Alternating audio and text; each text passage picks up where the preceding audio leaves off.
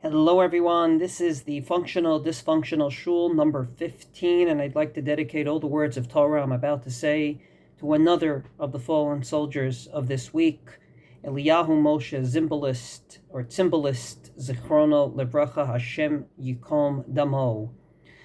A soldier from Beit Shemesh who made Aliyah to Israel together with his family in 2005, someone that was very dedicated to Shul and to Minyanim, both his regular minyan during COVID and beyond, and I hope the words of Torah we're about to say will be in his merit. But as I said yesterday, I don't think anyone that gave his life for the Jewish people as he did needs any more merit. I'd like to speak today about something that has become part and parcel of our shuls that I think is a positive and not a negative. And that is that most of our shuls do not have one minyan for Shachris, not during the week, and not on Shabbos. And it's not anymore just a hashkama minyan, an early minyan for those that have insomnia, for those that get up early, and a regular main minyan. But rather, you can go into shuls and sometimes you see not one, not two, not three, but sometimes 4 minyanim per shul. It really depends on space. It really depends on how many people frequent that particular synagogue. But the bottom line is, today, you can have shuls that no longer have one big, large minyan. Some people don't see it as a positive. They think it ruins community, it ruins the communal feeling of everyone getting together once a week to daven as one. And especially on the 3 days a year when many Jews come out of the woodwork, namely Rosh Hashanah, Yom Kippur, they feel that it's not right to have multiple minyanim. And I have to say that I personally believe the opposite.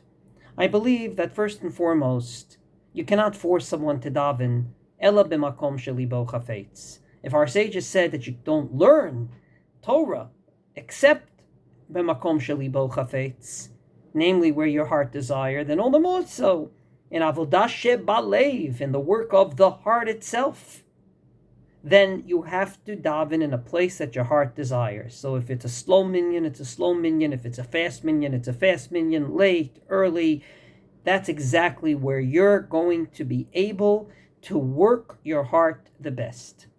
But moreover, we're living in a world today where there's no longer an ice cream shop that has 3 flavors. You don't go into an ice cream parlor and have chocolate, vanilla, and strawberry like way back when. You go into an ice cream parlor and there's 31 flavors or much, much more. And indeed, we're living in a world where there's diversity in the amount of yogurts we have in a supermarket and in everything else. I can't think that in a shul we're going to be backwards and say, no, in a shul there's going to be one minyan, take it or leave it.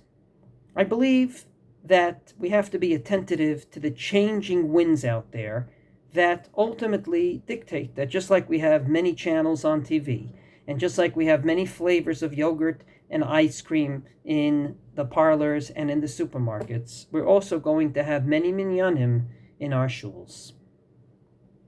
At the end of the day, I believe that this is actually a positive, because then when you have multiple minyanim, you have more and more people taking responsibility over their minyan. There could be a minyan of 30 people, and thus each person feels that they're more responsible because they're much more of a substantial percentage of that minyan. This guy's the gabbai, and this guy is the Baal Korah, and this guy looks after who's going to be the chazanim. So for these 3 reasons, A, daven where your heart desires. B, that's just the reality of where we live. And C, more and more people take responsibility. There's going to be more gabayim. There's going to be more second gabayis, more baalei korah.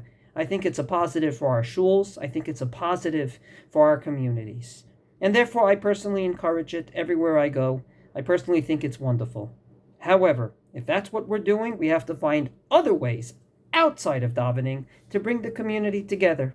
If it's the Kiddush and if it's other such activities that are going to bring the community together outside of davening. I hope that in davening, people don't think it's the right time to talk and to schmooze, but we have to find times outside of davening that as one community, we will indeed schmooze and socialize and feel as one. So indeed, I think it's wonderful that we all pay membership to the same entity, albeit daven in different rooms.